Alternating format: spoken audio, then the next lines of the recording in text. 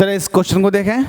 Question बिल्कुल अच्छा है, ज़बरदस्त क्वेश्चन है, दमदार क्वेश्चन है।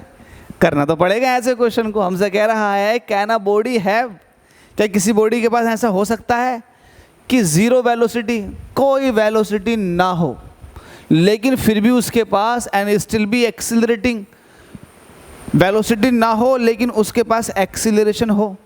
तो आपका सबसे पहले और सबसे जल्दी जवाब होगा कि ऐसा नहीं हो सकता कि बॉडी के पास वेलोसिटी ज़ीरो है और उसके बावजूद भी वो एक्सिलरेटिंग है, उसके पास एक्सिलरेशन है। कभी नहीं हो सकता ऐसा। और बात सही भी आपकी, आप बिल्कुल सही है। ऐसा पॉसिबल नहीं है कि बॉडी के पास वेलोसिटी तो है नहीं और एक्सिलरेशन आ जाए। एक्सिलरेशन तो आता ही तब है जब वेलोसिटी में चेंज आता। तो बात आपकी सही है, लेकिन एक केस ऐसा है जिसमें वेलोसिटी ज़ीरो होगी बॉडी के पास लेकिन फिर भी एक्सिलरेशन होगा।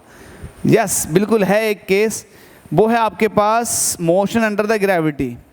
अगर आपने ऑब्जेक्ट को ऊपर की तरफ को फेंका तो आपको पता है जो ग्रेविटेशनल एक्सिलरेशन होता है रेडियली इनवर्ड होता है।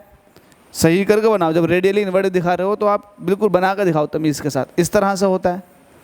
तो जो एक्सिलरेशन है ग्रेविटी का वो लगातार नीचे की तरफ को एक्ट कर रहा है, ये उसकी डायरेक्शन बना दी। अब होगा क्या, लेट अस सपोज कि आपने किसी ऑब्जेक्ट को ऊपर को फेंका तो इस ऑब्जेक्ट पर एक रिटार्डेशन लगेगा जिसकी वजह से इसकी वेलोसिटी और स्पीड लगातार कम होती चली जाएगी, कम होती चली जाएगी, कम होती चली जाएगी और इसके अपने खुद के हाईएस्ट पॉइंट पर जाकर इसकी वेलोसिटी क्या हो जाएगी, ज़ीरो।